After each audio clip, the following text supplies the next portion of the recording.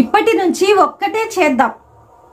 మనకు ఉన్నదానికి కృతజ్ఞతగా ఉందాం. The way we receive depends upon how we perceive. మన చుట్టూ ఉండే మనుషులు రెండు రకాల విధానం మనం ఎలా గ్రహిస్తున్నాం అన్న దానిపై ఆధారపడి ఉంటుంది. మనం ఎలా స్వీకరిస్తున్నాం, ఎలా అర్థం చేసుకుంటున్నాం, నెగిటివ్ గానా పాజిటివ్ గానా? Hi friends, how are you? Welcome to my channel.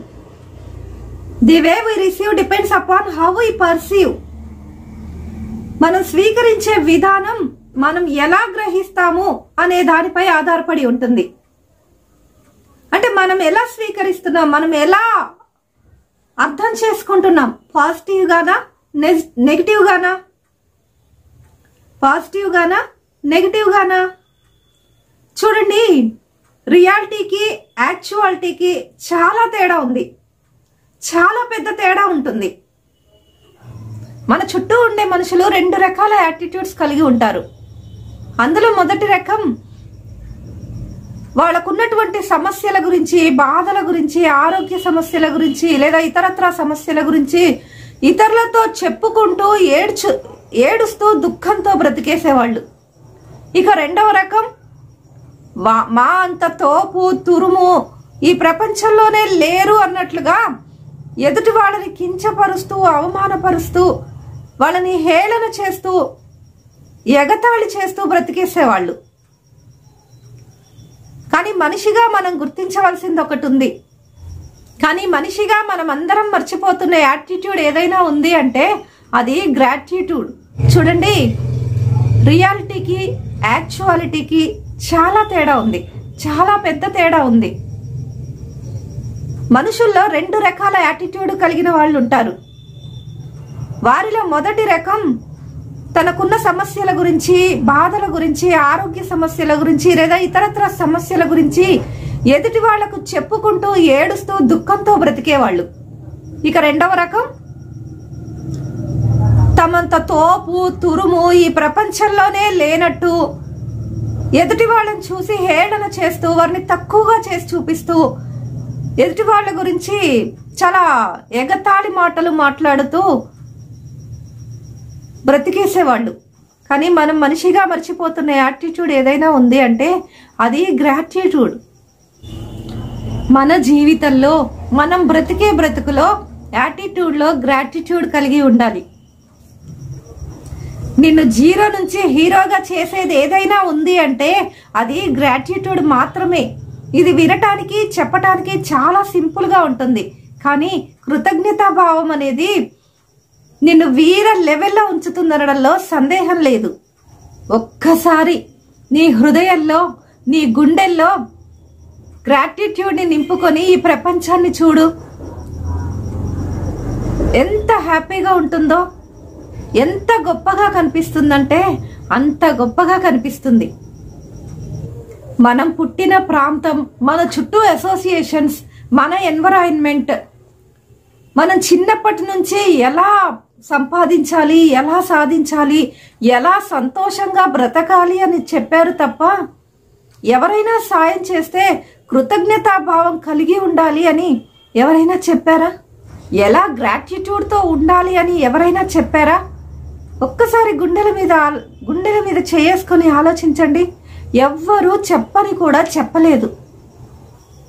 ఈ గ్రాటిట్యూడ్ అనే పదాన్నే మర్చిపోయాం మనమంతా. నిజంగా ఆ గుణం మనలో ఉంటే సర్వము మన దగ్గరికి వచ్చేస్తాయి. కాబట్టి ఈగోని తీసి పక్కన పెట్టేద్దాం. ఇక నేనే గొప్ప అనే భావాన్ని తీసేద్దాం.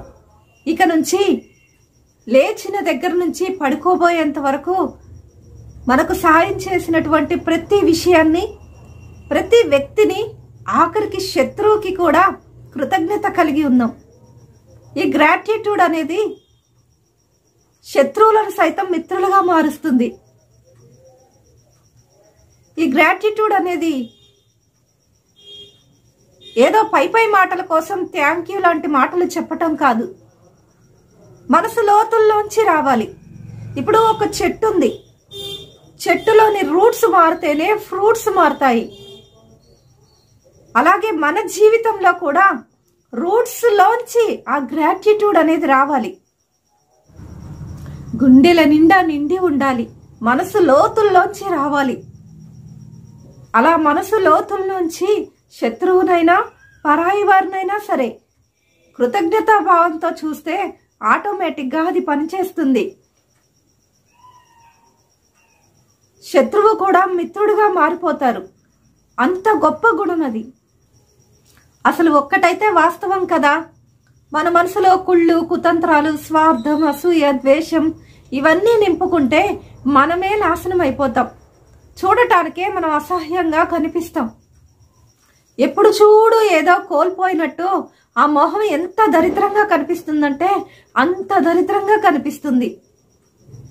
అలా కాకుండా మన హృదయంలో ప్రేమతోనూ, గ్రాటిట్యూడ్తోనూ, జాలితోనూ, దయతోనూ, సహానుభూతితోనూ నింపితే ఎంత గొప్పగా కనపడుతుంది.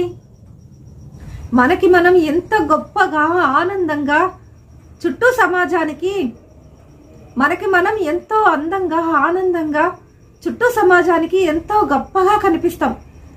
అసలు మన జీవితంలో ఉండే సగం దరిద్రాలకి కారణం ఏంటంటే మనలో ఉండే దరిద్రమైన ఆలోచనలే.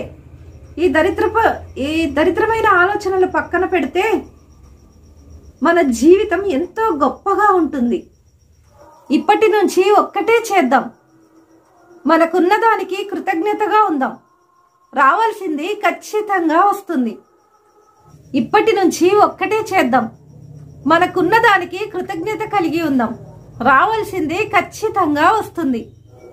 నీకు ఇల్లు కావాలన్నా, ఉద్యోగం కావాలన్నా, లేదా నువ్వు ఒక మంచి స్థాయికి రావాలన్నా, ఒక గొప్ప నాయకుడి అవ్వాలన్నా, ఏది కావాలన్నా సరే నీకు కలిగిన దానికి కృతజ్ఞత కలిగి ఉండు. ఆటోమేటిక్గా నువ్వు కోరుకున్నది ఖచ్చితంగా వస్తుంది. ఈ విశ్వం నీకు సహకరిస్తుంది. అందులో నో డౌట్ ఎట్ ఆల్. ఒక్కసారి హృదయంలో, నీ గుండెల్లో గ్రాటిట్యూడ్ని నింపుకొని చూడు. ఎంత గొప్పగా కనిపిస్తుందంటే అంత గొప్పగా కనిపిస్తుంది. చూడండి, రియాలిటీకి చాలా తేడా ఉంది. మనం ఏదో పొందిన దానికి మాత్రమే కృతజ్ఞత చెప్తే ఎండ, చల్లని గాలి, సుందర స్వప్నాలు, కెమిస్ట్రీ బ్యాక్గ్రౌండ్ ఉన్న ఒక టీనేజర్. ఇంట్లో ఆర్థిక పరిస్థితులు బాగోలేదు, నీళ్లు సేమ్, తడవటం సేమ్, కానీ ఫీలింగ్ జీవించి ఉండటం, ఆరోగ్యంగా ఉండటం. Hi friends, how are you? Welcome to my channel. Chemistry background ఉన్న ఒక టీనేజర్, ఇంట్లో డబ్బులు లేవు అంటే ఆర్థిక పరిస్థితులు బాగోలేదు. అతనికి తల్లి ఉంది కానీ తండ్రి లేడు. అది వింటర్ సీజన్. ఇది ఇండియాలో జరిగింది కాదండి, వేరే కంట్రీస్ లో జరిగింది. సో వేరే కంట్రీస్ లో అంటే ఇంగ్లీష్ కంట్రీస్ లో వింటర్ సీజన్ అంటే చాలా టఫ్ సీజన్. అలాంటి పరిస్థితుల్లో అతని తల్లి ఆ కుమారుడితో చెప్పింది, అరే నానా, నేను ఈ వింటర్ సీజన్ లో ఈ చలికి నేను బయటికి వెళ్లే పరిస్థితి కనిపించడం లేదు. సో నీకు నువ్వు సంపాదించుకొని, నువ్వు డిన్నర్కి, నువ్వు తినటానికి నీకు నువ్వు సంపాదించుకో. నాకు పెట్టమని నేను అడగడం లేదు, కానీ నీకు నువ్వు సంపాదించుకో. నీకు నువ్వు కష్టపడి ఎక్కడైనా సంపాదించుకొని తిను అని ఆ యంగ్స్టర్తో, ఆ కుర్రవాడితో చెప్పింది. అప్పుడు ఆ అబ్బాయి అన్నాడు, ఓకే, నో ప్రాబ్లం, ఎలాగైనా నేను సంపాదించుకొని తింటాను, ఎలాగైనా నేను సంపాదించుకుంటాను అని చెప్పి బయటికి వెళ్ళాడు. జాబ్స్ కోసం ప్రయత్నించాడు. ఎక్కడా జాబ్స్ లేవు.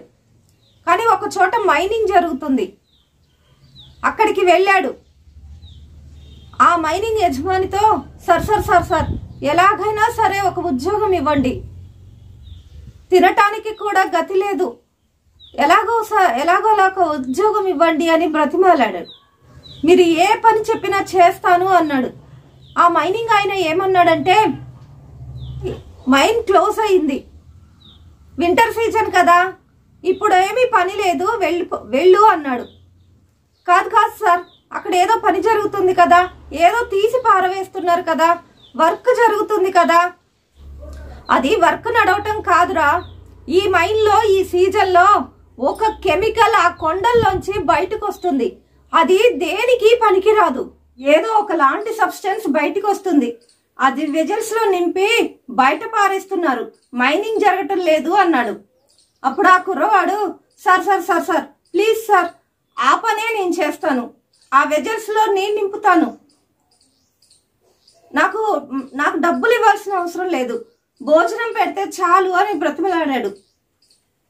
సరే భోజనం పెడితే చాలు అంటున్నాడు కదా, పని జరుగుతుంది అని ఆ యజమాని ఆ పనిలో జాయిన్ అవ్వమని చెప్పాడు. ఏదో సబ్స్టెన్స్ అది బయటకు వస్తుంది, దాన్ని వెజల్స్ లో నింపి బయట పారేస్తున్నారు, ఇక్కడ పని జరగటం లేదు అన్నాడు ఆ యజమాని. Sir sir sir please sir, ఆ వెజల్స్ లో నింపే పని నేను చేస్తాను, నాకు డబ్బులు ఇవ్వాల్సిన అవసరం లేదు, భోజనం పెట్టండి చాలు అన్నాడు ఆ అబ్బాయి. సరే జాయిన్ అవ్వు అన్నాడు. సరే డబ్బులు ఇవ్వాల్సిన అవసరం లేదంటున్నాడు కదా, పని జరుగుతుంది, భోజనం పెడితే చాలు కదా అని ఆ యజమాని సరే పనిలో జాయిన్ అవ్వమన్నాడు. ఇతడు ఆ పనిలో జాయిన్ అయ్యాడు. ఆ సబ్స్టెన్స్ తీసి అతని చేతుల్లో గోర్లలో అదంతా పేరుకుపోయింది. ఎంత రుద్దుకున్నా కొంత స్ట్రెయిన్స్ ఉంటాయి కదా. సో ఇంటికి వచ్చాడు. వాళ్ళ అమ్మ పెద్ద ఆవిడ, వింటర్ సీజను, పని చేసుకోలేక ఒళ్ళు అలసి పడుకొని ఉంది. ఆ కుర్రవాడు ఆ తల్లి కాళ్ళు చేతులు నొక్కుతూ ఉన్నాడు. చలికి ఒళ్ళంతా పగిలిపోయింది, చర్మం అంతా కూడా పాలిపోయింది. ఈ అబ్బాయి మసాజ్ చేస్తూ ఉన్నాడు. మసాజ్ చేస్తూ ఉండగా ఆ పగిలిన చర్మం స్మూత్ అవటం ప్రారంభించింది. అప్పుడు ఆ తల్లి అతనితో, నీ చేతుల్లో ఏదో మ్యాజిక్ ఉందిరా, నా చేతులు పాలిపోయిన నా చేతులు స్మూత్ అవుతున్నాయి, నీ చేతుల్లో ఏదో మ్యాజిక్ ఉంది అంది. నా చేతుల్లో ఏం మ్యాజిక్ ఉంది? ఆలోచించటం మొదలు పెట్టాడు అతను. నేను ఓన్లీ మసాజ్ చేస్తున్నానంతే, ఎందుకు ఇలా స్మూత్ గా అవుతుంది? నేను ఓన్లీ మసాజ్ చేశానంతే. ఆ అబ్బాయి ఆలోచించటం మొదలు పెట్టాడు. ఓహో, నేను చేస్తున్న మైనింగ్ లో ఉన్నటువంటి ఆ సబ్స్టెన్స్ లో ఏమైనా ఉందా? రీసెర్చ్ చేయటం మొదలు పెట్టాడు ఆ కుర్రాడు. ఆ ప్రోడక్టే the most useful product in the history ever produced. I'm talking about the revolutionary product Vaseline. Vaseline సృష్టికర్త, richest and fastest billionaire in the world. ఆయన ఫాస్ట్ గా బిలియనీర్ అయినట్లుగా ఎవ్వరూ అవ్వలేదు ఆ రోజుల్లో.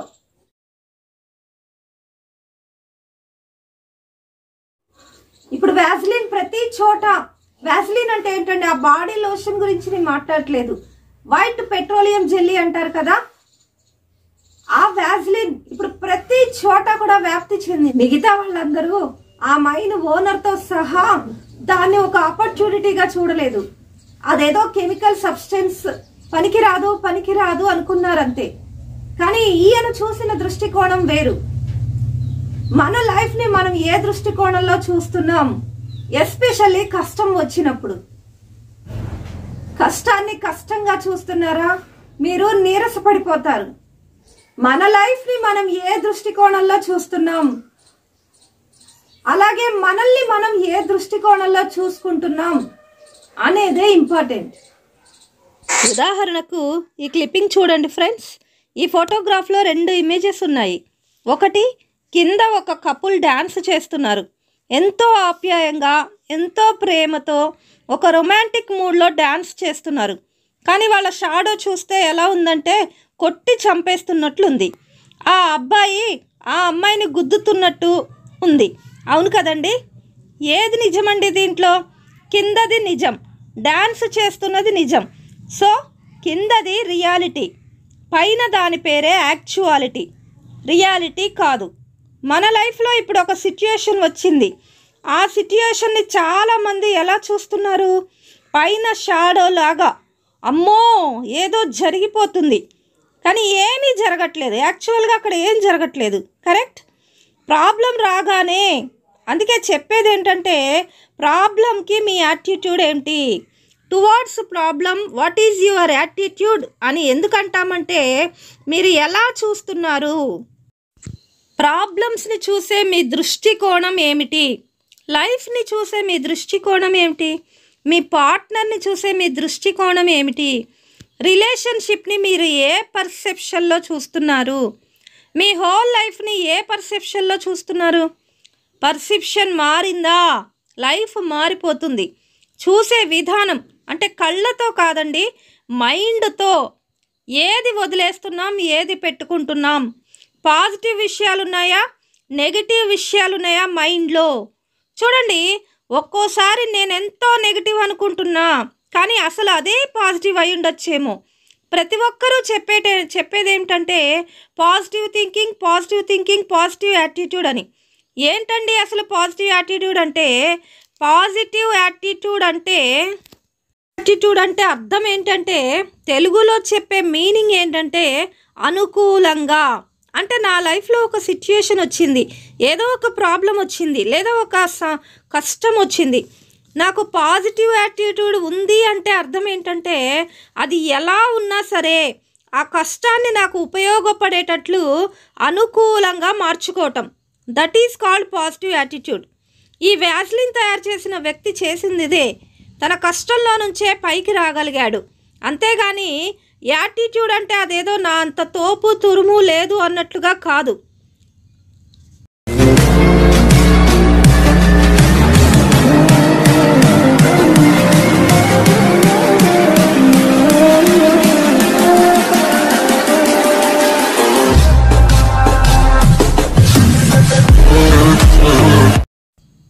చూశారు కదండి ఈ లయన్ ఎలా ఉందో. కానీ ఇది కాదు యాటిట్యూడ్ అంటే. అందుకే నేనంటాను, చిన్నతనం నుంచే పాజిటివ్ మైండ్ సెట్ రావాలి. చూడండి, థ్యాంక్స్ అనమని, ప్లీజ్ అనమని, మరెన్నో మర్యాదకరమైన విషయాల గురించి మనకెవ్వరూ నేర్పించవలసిన అవసరం లేదు. సహజంగానే చిన్నప్పటి నుంచి వాటిని వాడటంలో శ్రద్ధ చూపించాలి. టైం ప్లీజ్ అని, థ్యాంక్స్ ఫర్ గివింగ్ దిస్ అని చిన్నప్పటి నుంచే వాడుతూ ఉంటాం. కానీ మన భాషలో దయచేసి, ధన్యవాదాలు అనే మాటలు విరివిగా వాడము. ఏ వేదిక మీద మాట్లాడుతున్నప్పుడో, ఏ ఉపన్యాసం ఇస్తున్నప్పుడో, లేదా రాతపూర్వకంగా తెలియజేస్తున్నప్పుడు మాత్రమే వాడతాం. కానీ నిత్య సంభాషణలో ఈ మాటలు చోటు చేసుకోవు. పల్లెటూర్లలో నిరక్షరాస్యులు, అంతగా చదువురాని వారే అయినప్పటికీ ఈ పదాలు ఉపయోగించకుండానే తమ కృతజ్ఞతా భావాన్ని, వినయాన్ని ఎన్నో రీతులుగా తెలియజేస్తారు. అవసరానికి ఆదుకున్నారు అనో, మీ మేలు మర్చిపోము అనో, కృతజ్ఞతాభారం మరీ ఎక్కువైతే చచ్చి నీ కడుపున పుడతాను అనో, మరో రకంగానో తెలియజేస్తారు. అన్నిటికీ మించి బాడీ లాంగ్వేజ్ ఎన్నో విషయాలు చెప్పకనే చెప్తుంది. ఈ రోజుల్లో థ్యాంక్స్ అనే మాట సర్వసాధారణమైపోయింది. థ్యాంక్స్ అనే మాట విన్నప్పుడు అవతలి వారు ఎలాంటి వారైనా కానీ, చిన్న పెద్ద అందరూ కూడా సకారాత్మకంగా స్పందిస్తారు. అది మనసు సంతులనాత్మకంగా సమదృష్టితో ఉండటానికి దోహదం చేస్తుంది. అప్పుడు మనసు ఉన్నత భావాలకు ఆలవాలం అవుతుంది. కానీ మనం గ్రాటిట్యూడ్ని చూపించకపోవటానికి మరో కారణం గర్వం, ఈగో. పొగరుబోతుతనంతో, గర్వంతో గొప్పవాళ్ళైన వాళ్ళెవ్వరూ ఈ ప్రపంచ చరిత్రలో లేరు, ఇకపై రారు కూడా. చూడండి, గర్వం మనల్ని అధపాతాళానికి తోసివేస్తుంది. కృతజ్ఞతాభావం, ఒదిగి ఉండే తత్వం, సాటి మనుషుల పట్ల దయే మనల్ని ఎదిగేలా చేస్తుంది. కాబట్టి ఈగోలో ఈని ఎలిమినేట్ చేస్తే మన జీవితంలో ముందుకు సాగిపోతూనే ఉంటాం. ఈగోని పక్కన పెడితే మనం అంత గొప్పగా ఎదుగుతాం.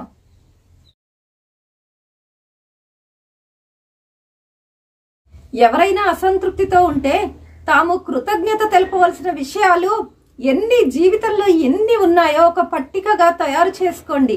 1-2 విషయాలు రాయగానే హృదయం కృతజ్ఞతాభావంతో నిండగా మరెన్నో విషయాలు జ్ఞాపకానికి వస్తాయి.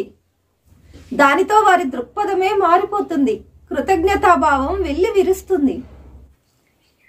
జీవించి ఉండటం, ఆరోగ్యంగా ఉండటం, మన శరీర అవయవాలు సక్రమంగా ఉండటం, చదవగలగటం, రాయగలగటం, మన కుటుంబ సభ్యుల, మిత్రుల సాంగత్యం, మంచి మనుషులతో పరిచయాలు, ఇలా మన ప్రమేయం లేకుండా మనకు లభించిన కానుకలు ఎన్నో ఉన్నాయి.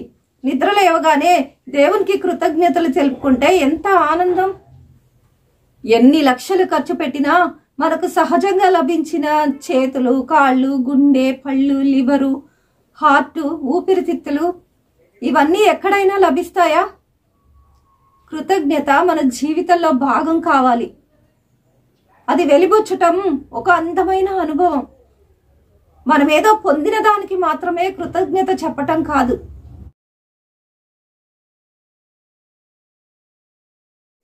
ప్లే ఇట్ ఫార్వర్డ్ అంటే ఆట ముందుకు సాగించాలి. మన మేలుకు బదులుగా ఇతరులకు మనం మేలు చేయగలగాలి. అప్పుడే మంచితనం సమాజం అంతటా వ్యాపిస్తుంది. ప్లే ఇట్ ఫార్వర్డ్ అంటే ఆట ముందుకు సాగించాలి. మన మేలుకు బదులుగా ఇతరులకు మనం మేలు చేయాలి. అప్పుడే మంచితనం ప్రపంచమంతటా వ్యాపిస్తుంది. నేను ఇవ్వగలిగినంత ప్రపంచానికి ఇస్తే అంతకు మించి నాకు లభిస్తుంది అనే సూత్రం ప్రకృతి సిద్ధంగా పనిచేస్తుంది. When there is gratitude, there will never be a lack of everything in life అంటారు. అందుకే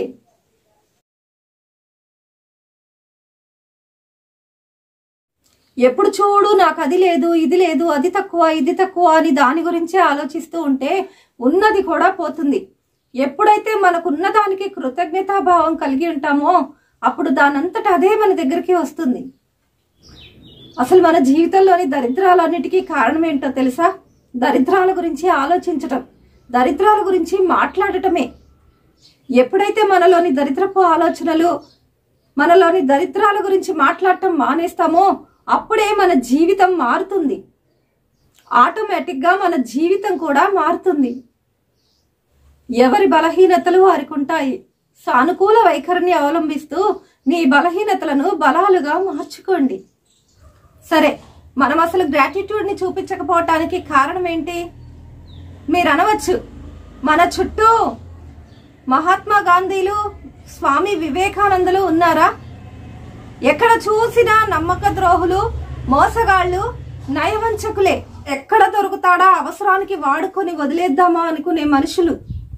ఇలాంటి మనుషుల మధ్య గ్రాటిట్యూడ్ని ఎలా చూపించాలి అని. నిజమేనండి, కానీ ఒక్కటి మాత్రం గుర్తుపెట్టుకోండి. కానీ ఒక్కటి మాత్రం మనం గ్రహించాలి. మనిషిగా ఈ భూమి మీద పుట్టటమే ఒక అదృష్టం. ఇంకా బ్రతికి ఉన్నామంటే అది అదృష్టమే కదా. రాత్రి నిద్రపోతూనే చనిపోయిన వారు, అక్కడికక్కడే కుప్పకూలిపోయిన వారు ఎంతమంది ఉన్నారు. మనం ఇంకా ప్రాణంతో ఉన్నామంటే అది గొప్ప విషయమే కదా. పారే నది, వీచే గాలి ఇవన్నీ ప్రకృతి సిద్ధంగా మనకి లభించేటువంటి అదృష్టమే కదా. కనుక మనము గ్రాటిట్యూడ్ కలిగి ఉండాలి. కనుక మనం ఎప్పుడైతే గ్రాటిట్యూడ్ కలిగి ఉంటామో, కృతజ్ఞత కలిగి ఉంటామో అంత గొప్పగా ఎదుగుతాం. యాటిట్యూడ్ అంటే సన్ ఆఫ్ సూర్య సినిమా ఉంది కదా. అంటే యాటిట్యూడ్ అంటే పొగరుబోతుగా, నాకేంటి అని కాలర్ ఎగరేసే రీతిగా, అది కాదు యాటిట్యూడ్ అంటే. యాటిట్యూడ్ అంటే సైన్స్ ప్రకారం మన దృష్టికోణం ఏమిటి, పర్సెప్షన్ ఎలా ఉంది, మనం ఒక దాన్ని ఎలా చూస్తున్నాం, ఎలా అర్థం చేసుకుంటున్నాం అనేదే యాటిట్యూడ్ అంటే. సపోజ్ రోడ్డు మీద వెళ్తున్నాం, ఎవరో ఒకరు బకెట్తో తెచ్చి నీళ్లు పోశారు. ఎలా ఉంటుంది? మండుతుంది కదండి. వాటర్ చల్లవైనా బుర్ర హీట్ ఎక్కుతుంది కాదంటారా? అదే వ్యక్తి అదే రోడ్డు మీద అదే బట్టలు వేసుకుని నడుస్తున్నాడు. ఈసారి మళ్ళీ తడిశాడు, కానీ ఇప్పుడు వర్షం రూపంలో వచ్చాయి. ఇప్పుడు ఎలా ఉంటుంది? అంత మండుతుందా? నో. ఫీలింగ్ మారిందా లేదా? మారింది. నీళ్లు సేమ్, తడవటం సేమ్, కానీ ఫీలింగ్ మారింది. ఇంకో సందర్భంలో అదే వ్యక్తి అదే బట్టలు ఒక టెంపుల్కి వెళ్ళాడు. అక్కడ అభిషేకం చేసిన నీళ్లు చల్లుతున్నారు. ముందు 2 చోట్ల నీళ్ళొద్దు నీళ్ళొద్దు అని పారిపోయిన వ్యక్తి నా మీద చల్లు నా మీద చల్లు అంటున్నాడు. చూసారా, నీళ్లు మారాయండి? మారలేదు, కానీ ఆ నీళ్లను చూసే విధానం మారింది. ఆ చూసే విధానాన్నే నేను యాటిట్యూడ్ అంటున్నాను. ఫస్ట్ యాటిట్యూడ్ అంటే ఒక క్లారిటీకి వద్దాం. యాటిట్యూడ్ అంటే బిహేవియర్ కాదు. యాటిట్యూడ్ అంటే ఫోజు కొట్టడం కాదు. యాటిట్యూడ్ అంటే ఇంకేదో చేయటం కాదు. యాటిట్యూడ్ అంటే అర్థం ఏంటంటే how we perceive things. How we perceive things. Perceive అంటే చూడటం, అంటే దృష్టికోణం. పర్సీవ్ అనే పదాన్ని గమనిస్తే సీవ్ అనే పదం దాగుద్ది. సీవ్ అంటే ఇంగ్లీష్ లో జల్లెడ. మనం పదార్థాన్ని జల్లెడ పడతాం కదండి, వ్యర్థమైనదంతా పైకి వచ్చేస్తుంది, పనికి అవసరమైనది మిగిలిదంతా కూడా కిందకు వచ్చేస్తుంది. అలాగే మన బిలీవ్స్. మనం ఒకదాన్ని చూస్తున్నాం, ఆ ఒకదాన్ని చూస్తుంటే యాటిట్యూడ్ ఎలా డెవలప్ అవుతుంది అంటే ఆ బిలీవ్స్ జల్లెడ పడతాయి. ఇది మంచి, ఇది చెడు, ఇది ఉపయోగపడుతుంది, ఇది ఉపయోగపడదు, ఇది కష్టం, ఇది సుఖం, ఇది పాజిటివ్, ఇది నెగిటివ్ అని జల్లెడ పడుతుంది. యాటిట్యూడ్ అంటే మనం జనరల్ గా ఏమనుకుంటాం? Positive attitude, negative attitude, positive attitude, negative attitude. ఎలా డెవలప్ అవుతుంది? జల్లెడ వల్ల డెవలప్ అవుతుంది. అంటే how we focus. Absolutely what are we focusing is very important. మనం ఏ దృష్టికోణంలో చూస్తున్నాం, ఫోకస్ ఈజ్ వెరీ ఇంపార్టెంట్. మీరు దేని మీద ఫోకస్ చేస్తున్నారు? ఇందాక ఇమేజ్ లోలా కింద ఫోకస్ చేస్తున్నారా, లేదంటే షాడో మీద ఫోకస్ చేస్తున్నారా? మనం ఫోకస్ చేయాల్సింది రియాలిటీ మీద, యాక్చువాలిటీ మీద కాదు. ఈ ఇమేజ్ లోలా రియాలిటీ మీద ఫోకస్ చేస్తున్నామా? మనం ఎలా రిసీవ్ తీసుకుంటున్నాం అనేదే ఇంపార్టెంట్. మనం ఎలా తీసుకుంటున్నాం అనేదే important. The way we receive depends upon how we perceive. చూసారా, రియాలిటీకి యాక్చువాలిటీకి చాలా తేడా ఉంటుంది. యాటిట్యూడ్ అంటే ఏమిటో ఈ పాటికే అర్థమై ఉంటుంది. చూడండి, మరి యాటిట్యూడ్ లో గ్రాటిట్యూడ్ అంటే చిన్న చిన్న విషయాలకే కృతజ్ఞత తెలుపుకుంటే ఇన్ని సత్ఫలితాలు ఉన్నప్పుడు, మన మనుగడకే కారణమైన మనకు అన్ని అమర్చి ఇచ్చిన సృష్టికర్తకు కృతజ్ఞతలు తెలుపుకోవటంలో ఇంకెంత ఆనందం ఉందో, ఎన్ని సత్ఫలితాలు ఉన్నాయో మనం అంచనా వేయలేము. చాలా మంది భోజనం చేసే ముందు ప్రార్థన చేసి కృతజ్ఞతలు తెలుపుకుంటారు. ఒకసారి కూర్చొని ఆలోచిస్తే మనం ఇంకా ఎన్ని విషయాలకి కృతజ్ఞత తెలుపుకోవాలో, ఎంత కృతజ్ఞత తెలియజేసినా మనం ఎప్పుడూ ఎందుకు ఇంకా రుణపడి ఉంటామో అర్థమవుతుంది. ఎన్నో విషయాలలో నిరాశ చెందుతూ ఉంటాం. మనం అనుకున్న పనులేవి జరగలేదనుకుంటాం, విధిని నిందిస్తాం, దేవుని మీద కినుక వహిస్తాం. ఇంకెవరో మన అదృష్టానికి అడ్డుపడుతున్నారని, వాడున్నాడే వాడి వల్లే ఇదంతా, లేదా ఆమె వల్లే ఇదంతా అనో, నా తల్లిదండ్రులు నాకేం చేశారు, ఏ సంపదలు ఇచ్చారు అనో, బంధువులు, స్నేహితులు, తోబుట్టువులు ఎవ్వరూ సహాయానికి రాలేదు అనో కుమిలిపోతూ ఉంటాం. మీ దురదృష్టాలను కాదు, అదృష్టాలను లెక్కించుకోండి. మీ చుట్టుపక్కల ఉన్న వారి కంటే మీరు చాలా అదృష్టవంతులు. మీ చుట్టుపక్కల ఉన్న చాలా మంది కంటే మీరు అదృష్టవంతులు. మన లైఫ్ ని మనం ఏ దృష్టికోణంలో చూసుకుంటున్నాం, అలాగే మనల్ని మనం ఏ దృష్టికోణంలో చూసుకుంటున్నాం. నేను మిమ్మల్ని ఎలా చూస్తున్నా? ఒక అచీవర్ గా చూస్తున్నానా, ఫెయిల్యూర్ గా చూస్తున్నానా, పనికొచ్చే వారిగా చూస్తున్నానా, పనికి రాని వాడిగా చూస్తున్నానా, కెపాసిటీ ఉందని చూస్తున్నానా, కెపాసిటీ లేదని చూస్తున్నానా? అది తర్వాత అండి. నన్ను నేను ఎలా చూసుకుంటున్నా, నన్ను ఇతరులు ఎలా చూస్తున్నారు అనేది తర్వాత సంగతి. నన్ను నేను ఎలా చూసుకుంటున్నాను, నన్ను నేను ఒక యూజ్లెస్ క్యాండిడేట్ గా, నన్ను నేను ఒక యూజ్లెస్ క్యాండిడేట్ గా, వేస్ట్ క్యాండిడేట్ గా, పనికిరాని దానిలాగా చూసుకుంటున్నా, పర్సీవ్ చేస్తున్నా. నేను నా ఫుల్ పొటెన్షియల్స్ లో గ్రో అవుతానా? డెఫినెట్ గా కాలేను. ఎప్పుడైతే ఇలా జరుగుతుందో మన ఎమోషన్స్, మన బిలీఫ్స్ మారిపోతాయి. సో సెల్ఫ్ కంట్రోల్ నేర్చుకోవాలి అంటే మన యాటిట్యూడ్ మారాలి. నేను మళ్ళీ చెప్తున్నాను, పర్సెప్షన్. మనం దేని మీద ఫోకస్ చేస్తున్నాం, మనం ఏ దృష్టితో చూస్తున్నాం, మనం ఫోకస్ చేసేది రియాలిటీ మీదనా, యాక్చువాలిటీ మీదనా? మనం ఫోకస్ చేయాల్సింది రియాలిటీ మీద, యాక్చువాలిటీ మీద కాదు.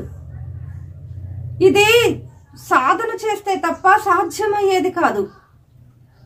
ఒక్క మాట చెప్తాను, గుర్తుంచుకోండి.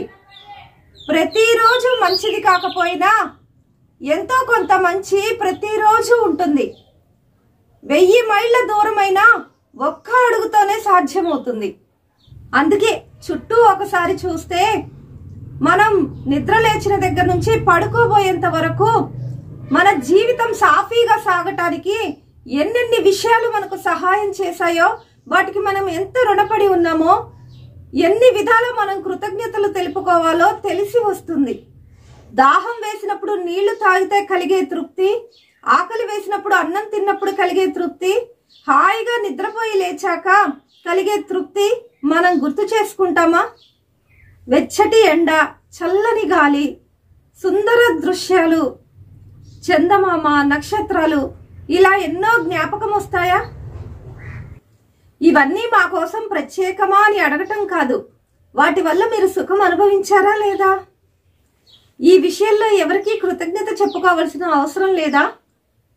ఇవి మామూలే కదా అని అంటే, ఇవన్నీ మనం ఏర్పాటు చేసుకున్నామా? ఇవి లేకపోతే మన స్థితి ఎలా ఉంటుంది? మన మనుగడకు, ఆనందానికి, సుఖానికి, ప్రశాంతతకు ప్రత్యక్షంగానో పరోక్షంగానో దోహదం చేస్తున్న వాటన్నిటి పట్ల మనం కృతజ్ఞత కలిగి ఉండాలి కదా.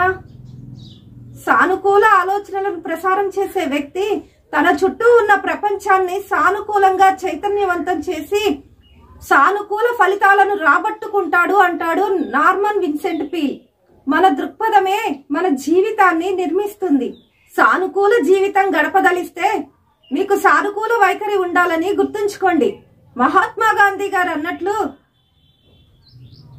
తన ఆలోచనల నుంచే మనిషి తయారవుతాడు. ఏది ఆలోచిస్తాడో అదే అవుతాడు. ఆలోచన శక్తి అత్యంత ప్రాముఖ్యమైనది.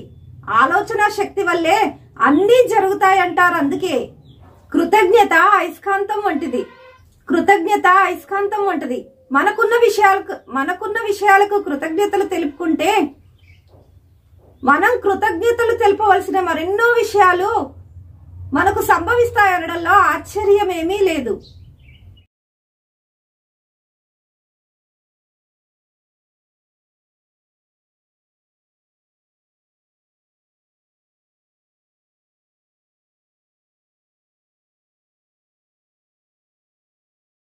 శ్రీ లలిత శ్రీ మహారాజ్ని శ్రీమత్ సింహాసనేశ్వరి.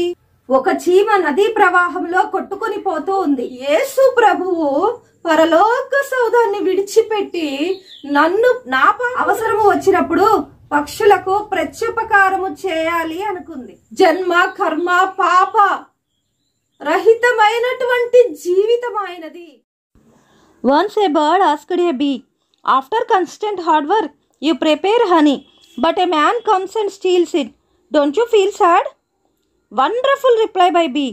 Never, because only thing man can do is to steal my honey, not the art of making honey.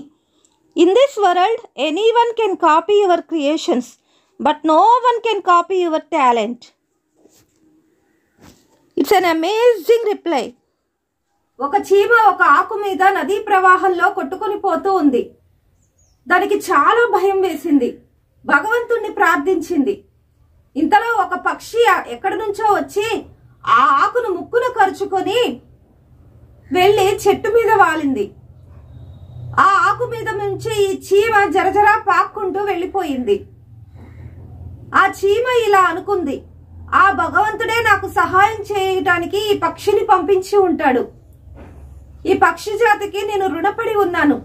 అవసరమైనప్పుడు ఈ పక్షి జాతికి నేను ఏదో ఒక రూపంలో సహాయం చేయాలి అనుకుంది. అవసరము వచ్చినప్పుడు పక్షులకు ప్రత్యుపకారము చేయాలి అనుకుంది. ఒకరోజు ఆ చీమ అడవిలో అటు ఇటు తిరుగుతూ ఉంది. ఒక చోట వేటగాడు ఒక చెట్టు కొమ్మ మీద కూర్చొని పక్షికి తన బాణమును గురిపెట్టాడు. చీమ అతనిని చూచింది. చెరచెరా ప్రాక్కుంటూ వెళ్లి ఆ వేటగాడి బ్రొటన వేలి మీద కుట్టింది. ఆ వేటగాడు అబ్బా అనుకుంటూ తన కాలుని పైకెత్తాడు. ఇంతలో అతని చేతిలో ఉన్న బాణం గురి తప్పి క్రింద పడిపోయింది. ఆ పక్షి ఆనందంగా ఎగిరి వెళ్ళిపోయింది. అది చూసిన చీమ ఎంతో సంతోషపడింది. ఆ విధంగా చీమ పక్షి జాతికి కృతజ్ఞత తెలుపుకుంది. కృతజ్ఞత అనేది ఎంతో ఉత్తమమైన గుణము. కృతజ్ఞత అనేది చాలా ఉత్తమమైన గుణము. మన ఇంట్లో పెంచే పశు, పక్షి, మృగాదులు కూడా కృతజ్ఞతను చూపిస్తున్నాయి. మరి మనం ఇంకా వాటి నుంచి నేర్చుకోవాలా? మీరే చెప్పండి. హాయ్ ఫ్రెండ్స్, ఈ సందర్భంగా యాటిట్యూడ్ లో గ్రాటిట్యూడ్, నేను గ్రాటిట్యూడ్ చూపించవలసినటువంటి చాలా సందర్భాలున్నాయి. ఈ సందర్భంగా నా సాక్ష్యాన్ని పంచుకోవాలని ఆశపడుతున్నాను. నేను ఒక హిందూ కుటుంబం నుంచి వచ్చాను, వైశ్యాస్ కుటుంబం నుంచి వచ్చాను.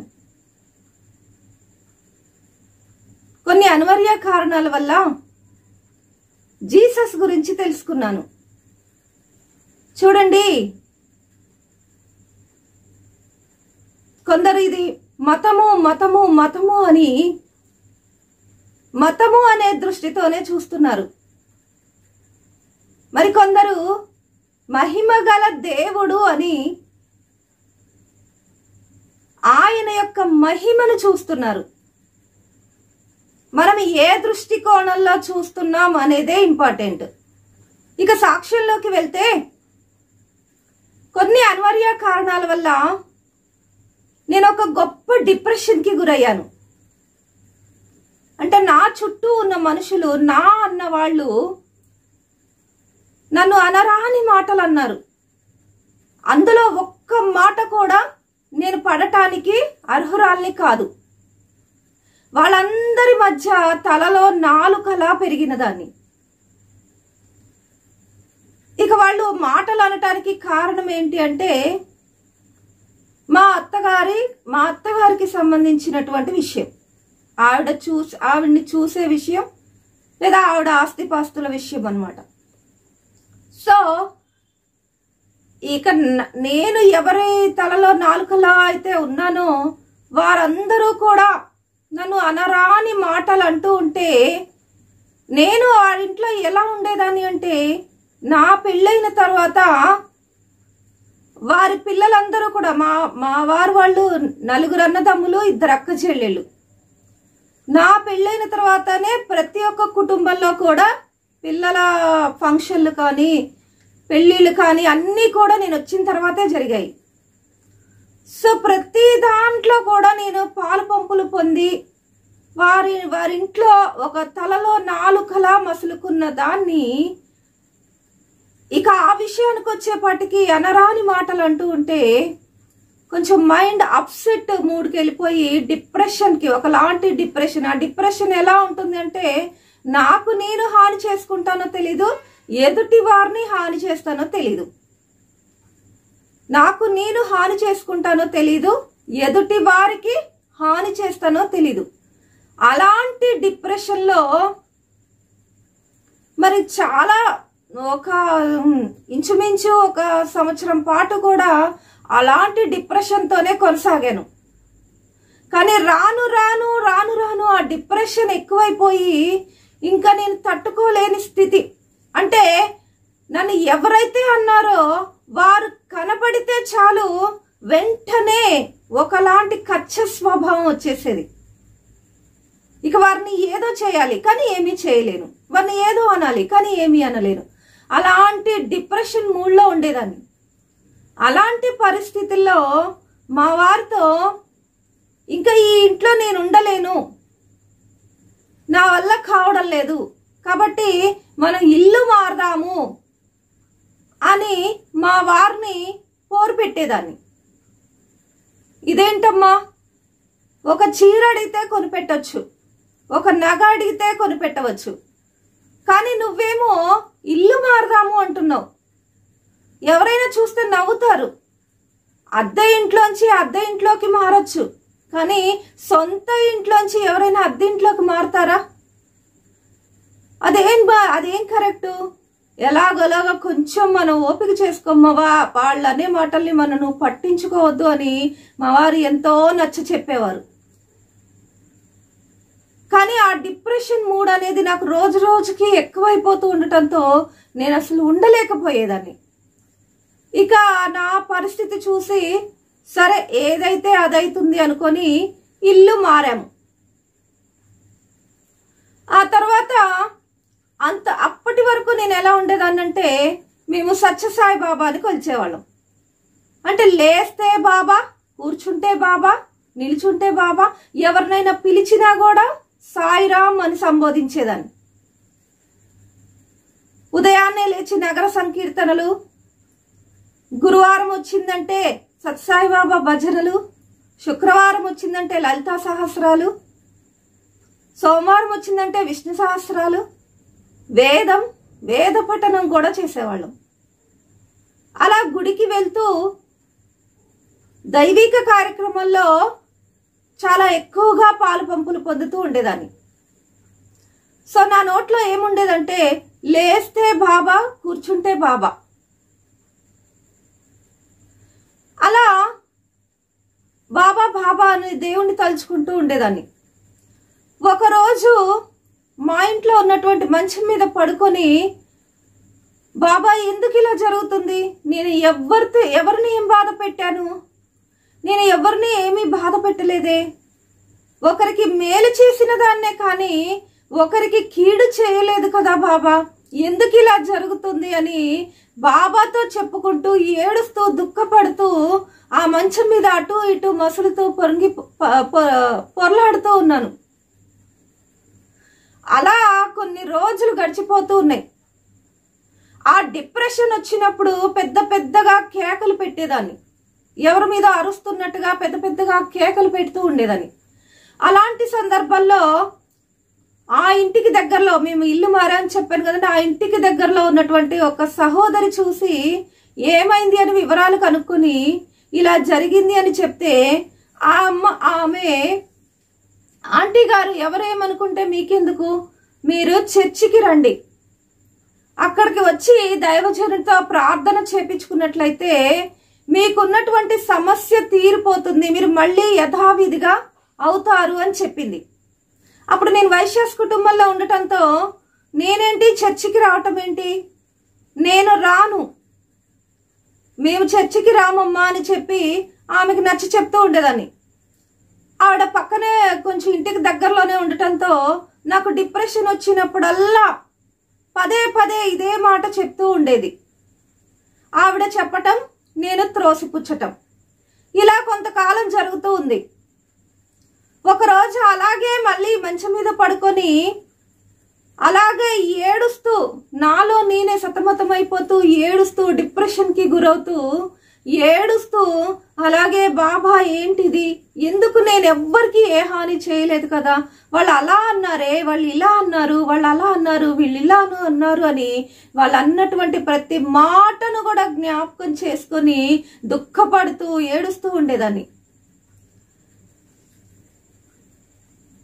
మరి ఆ సహోదరేమో ఇలా చర్చికి రమ్మంటుంది, నేనేంటి బాబా అలా వెళ్ళటం, ప్రభు బాబా నువ్వు ఉన్నావు, నువ్వే స్వస్థపరుస్తావు అని నేను ఏడుస్తూ అటు ఇటు మసులుతూ ఉన్నప్పుడు, మీరు నమ్మండి ప్రియులరా, ఆ ఇంట్లో ఉన్నటువంటి కరెంటు బోర్డు మీద ఒక చిన్న పాకెట్ సైజ్ యేసు ప్రభు ఫోటో ఒకటి ఆ కరెంటు బోర్డు మీద ఉంది. నేను అటు ఇటు మసులుతూ ఉన్నప్పుడు ఆ కరెంటు బోర్డు మీద ఒక చిన్న పాకెట్ సైజు క్యాలెండర్ లోంచి ఏదో ఒక వెలుగు లాంటి ఆకారం, ఆ పాకెట్ క్యాలెండర్ ని కూడా మీకు చూపించాలని ఆశపడుతున్నాను. ఆ క్యాలెండర్ ఇదండి. ఇది 2015లో జరిగినటువంటి సంఘటన.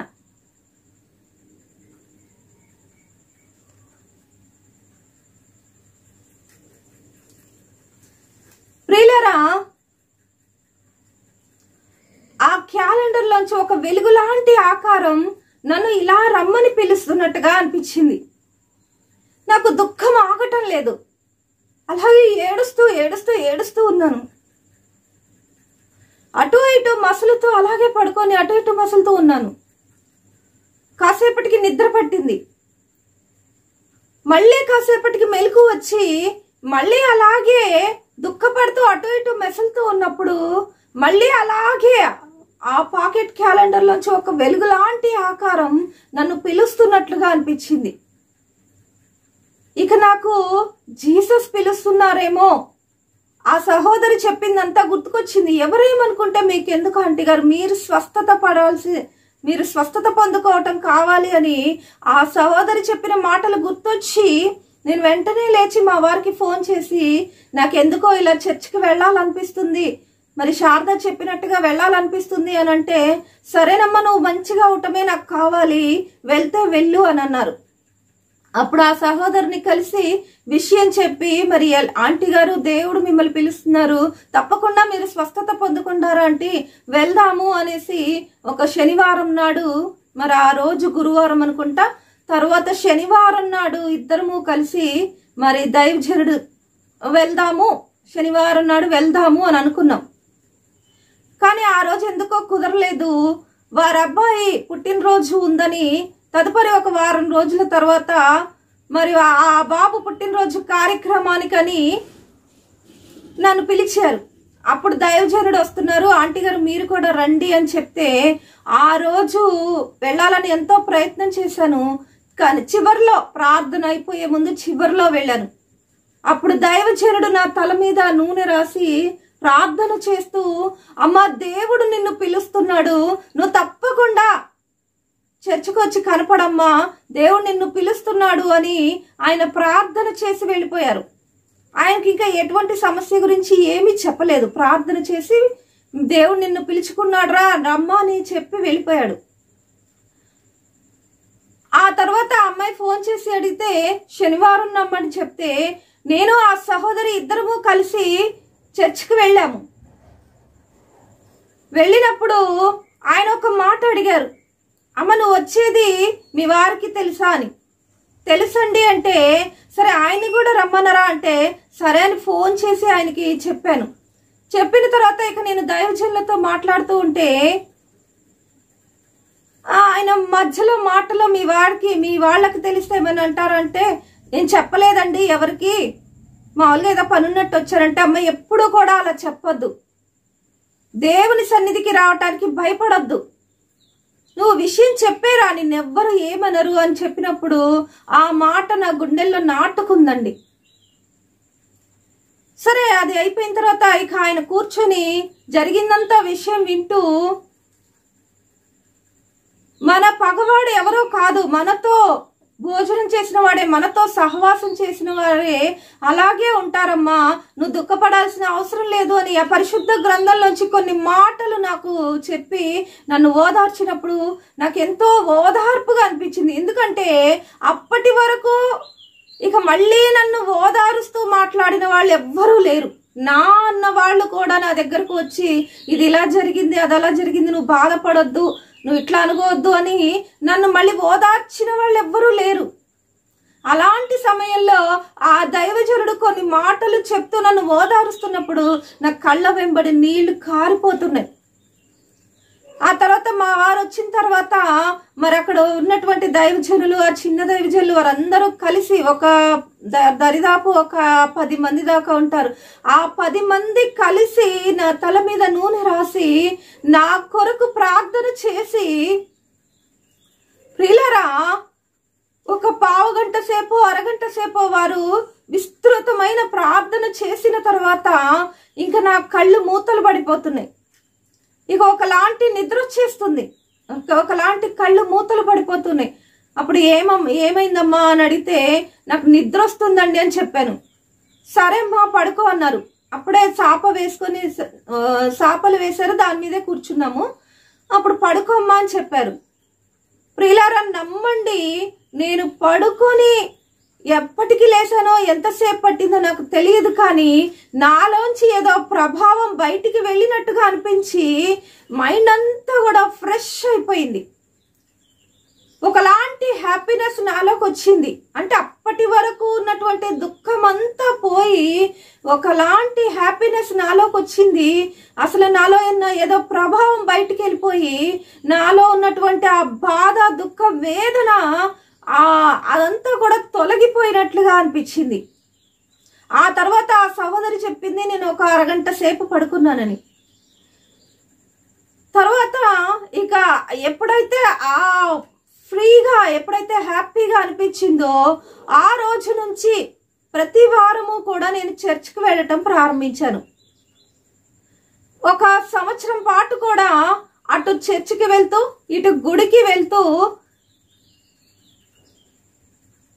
నా భక్తి ప్రయాణం కొనసాగించాను.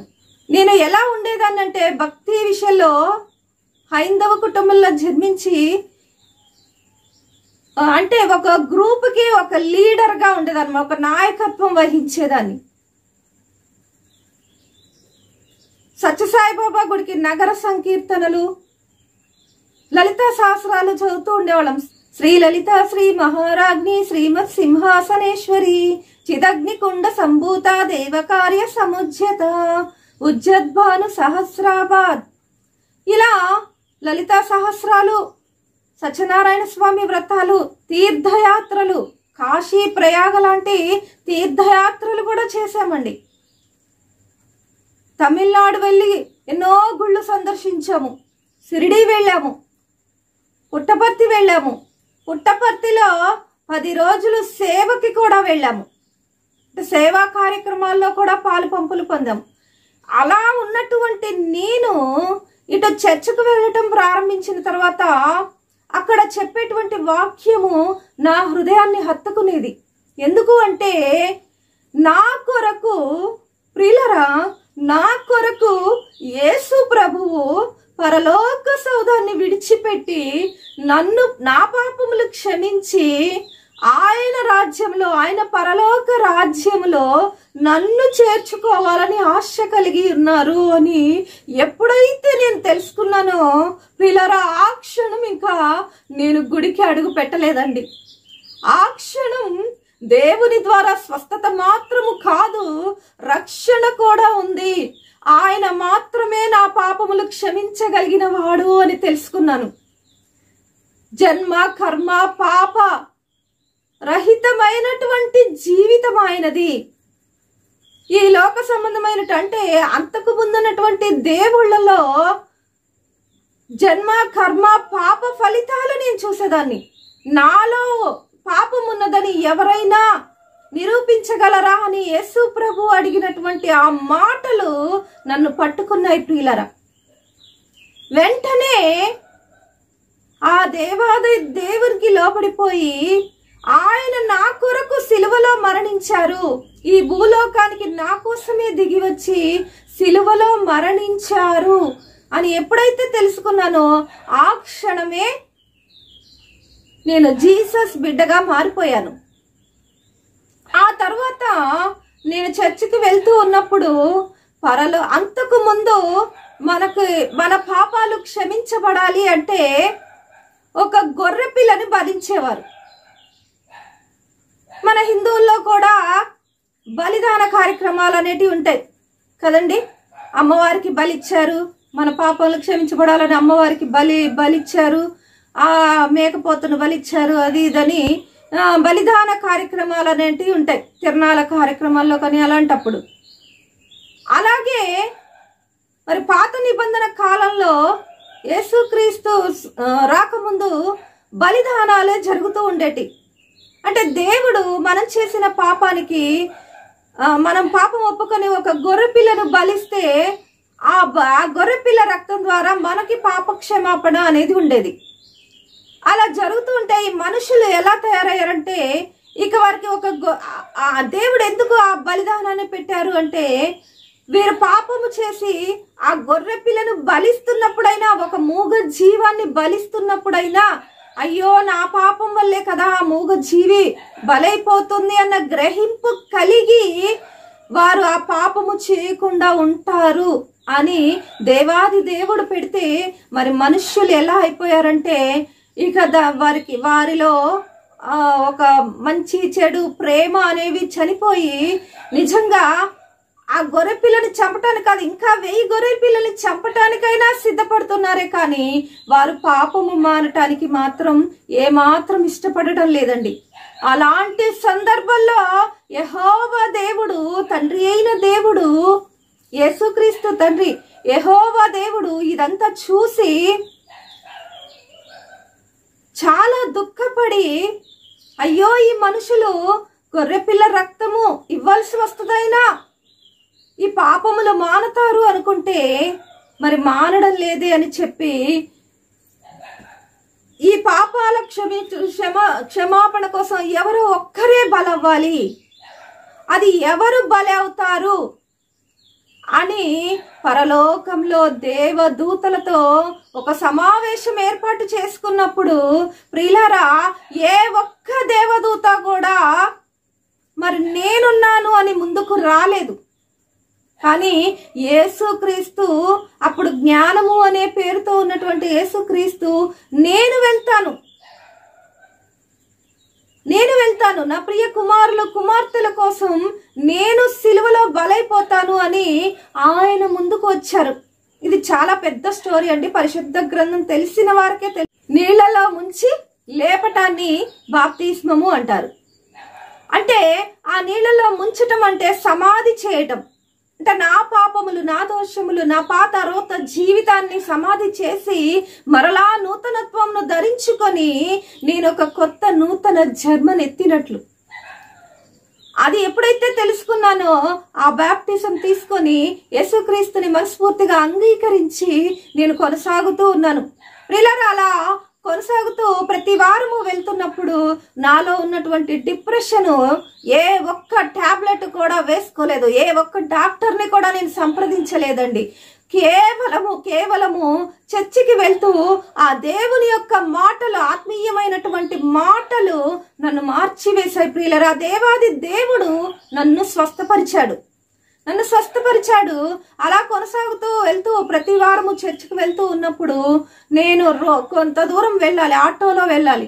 అలా వెళ్తూ ఉన్నప్పుడు నేను రోడ్డు దిగి అలా రోడ్డు దాటుతూ ఉన్నప్పుడు ప్రియులారా, రోడ్డు మీద నిర్మానుష్యంగా ఉంది. నేను ఆటో దిగి వెళ్ళేటప్పుడు రోడ్డు అంతా నిర్మానుష్యంగా ఉంది, ఏ ఒక్క వెహికల్ కూడా నాకు కనిపించలేదు. కానీ రోడ్డు సగానికి వచ్చేప్పటికి ఒక బండి దూసుకొని వచ్చి నా నడుము భాగం నుంచి ఇటు పడిపోయింది. ప్రియులారా, నేను పెద్దగా కేకలు వేస్తూ యేసు ప్రభువా, యేసయ్యా, యేసయ్యా, యేసయ్యా అని పెద్దగా కేకలు వేస్తూ ప్రియులారా అలా పడిపోయాను. అది 4 రోడ్ల కూడలి అవటంతో మరొక దారి నుంచి ఆ ట్రాక్టర్ మీద 4-5 ఉన్నారు. ఆ ట్రాక్టర్ అట్నుంచి వస్తుంది. అది ఈ యాక్సిడెంట్ చూసి కీసుమని శబ్దం చేస్తూ ఒకేసారి ఆపేసరికి ఆ ట్రాక్టర్ లో ఉన్న వాళ్ళు ఇలా ఎగిరి పడ్డారు. మరి నా మీద నుంచి బండిపోయింది. ఏం జరుగుతుందో నాకు తెలియదు. యేసయ్యా, యేసయ్యా అని అరుస్తూ పడిపోయానంతే. ఒక 5 నిమిషాల తర్వాత నన్ను ఎవరో లేపారు. చూసుకుంటే నాకేమి, అసలు నేను ఇంకా మరణించాననే అనుకున్నాను. కానీ లేచి చూస్తే ఏమీ కాలేదు. ఆ బండి మీద ఉన్నటువంటి 2 కూడా క్షేమంగా ఉన్నారు. ఆ ట్రాక్టర్ లో ఉన్నటువంటి వాళ్ళు కూడా క్షేమంగా ఉన్నారు. అలాగే నేను కూడా క్షేమంగా, అసలు మరి ప్రభువే మమ్మల్ని కాపాడు. ఆ బండికి ఉన్నటువంటి అద్దము పగిలిపోయింది తప్ప మనుషులుగా మాకు ఏ ఒక్కరికి కూడా ఏమీ జరగలేదండి. ఇది అద్భుతమైన సాక్ష్యం. ఈ రోజు నేను సజీవంగా ఉన్నాను అంటే ఆ రోజు నన్ను దేవుడు కాపాడబట్టే. ప్రియులారా, అలా నా జీవితంలో ఎన్నో అద్భుతమైన సాక్ష్యాలు, ఎన్నోసార్లు దేవుడు నన్ను కాపాడుతూ, నా కుటుంబాన్ని కాపాడుతూ వస్తున్నారు. నేను ఈ సందర్భంగా చెప్పేది ఏంటంటే, యాటిట్యూడ్ లో గ్రాటిట్యూడ్, కృతజ్ఞత కలిగి ఉన్నామా? మనం ఏ దృష్టికోణంలో చూస్తున్నాం? ఆయన చేసిన మహిమ కార్యాలు చూస్తున్నామా? ఆ దేవాది దేవుని వైపు చూస్తున్నామా? లేదంటే మతము, కులము అని ఆ కుల మతాల వైపు చూస్తున్నామా? కానీ ఈ సందర్భంలో ఒకే ఒక్క మాట చెప్పి ముగిస్తానండి. మరి కులము మతము అని మనం ఇదవుతున్నాం. రేపు మరణించిన తర్వాత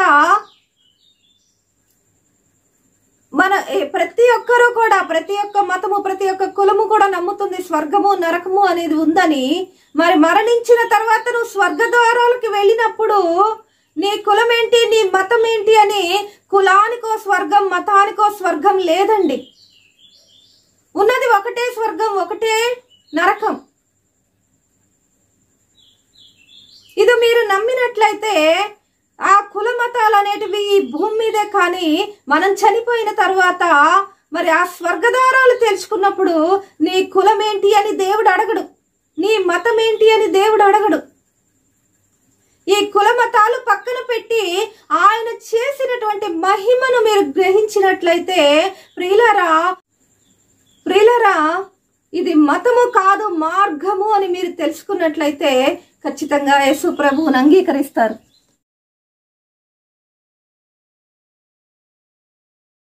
మతం వైపు చూసేవారు కొందరైతే, ప్రియులారా, ఈ ఫోటోలో చూసినట్టుగా మతం వైపు చూసేవారు కొందరైతే ఆయన మహిమను చూసేవారు మరికొందరు. సో మతము వైపు చూడకుండా, మతము వైపు చూడకుండా మీరు దేవాది దేవుని కార్యాలను గనక తెలుసుకున్నట్లయితే, అసలు యేసు ప్రభు ఎవరు, ఎందుకు ఇంతమంది మతం మారుతున్నారు? మీ దృష్టిలో మతం మారటం కదండి. ఎందుకు మతం మారుతున్నారు? ఎందుకు ఇంతకాలం మన దేవదేవుణ్ణి కొలిచి మరి ఆయన వైపు ఎందుకు తిరుగుతున్నారు? ఆ మతంలోకి ఎందుకు మారుతున్నారు అని మీరు ఒక చిన్న రీసెర్చ్ చేసినట్లయితే సత్యం బోధపడుతుంది. ప్రియులారా, ఒకరు నన్ను ఒకసారి ఒక విషయం అడిగారు, మనము ఆకాశం ఎక్కడుంది అని. ఆకాశం ఎక్కడుంది అన్నప్పుడు నేను తల పైకెత్తి చూశాను. అప్పుడు ఆయన అన్నారు, ఆకాశం పిచ్చిదానా, మనం ఆకాశంలోనే ఉన్నాము, ఆకాశం అంటే పైకి చూడటం కాదు, మనం ఉన్నదే ఆకాశంలో అని. ఇది ఎంత సత్యమో ఆ దేవాది దేవుడు యేసు ప్రభువుని గురించి తెలుసుకోవటం కూడా అంతే సత్యం ప్రియులారా. ఆ సత్యాన్ని మీరందరూ తెలుసుకోవాలని మనస్ఫూర్తిగా కోరుకుంటూ నా ఈ గ్రాటిట్యూడ్ లో యాటిట్యూడ్ ని ముగిస్తున్నాను.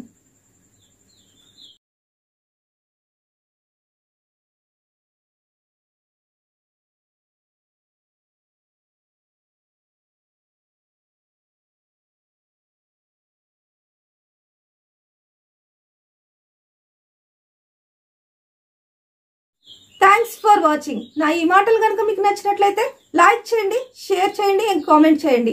నేను పెట్టే ప్రతి వీడియో మీరు చూడాలి అనుకుంటే సబ్స్క్రైబ్ చేసుకుని ఆ పక్కనే ఉన్న బెల్ ఐకాన్ నొక్కటం మర్చిపోకండి.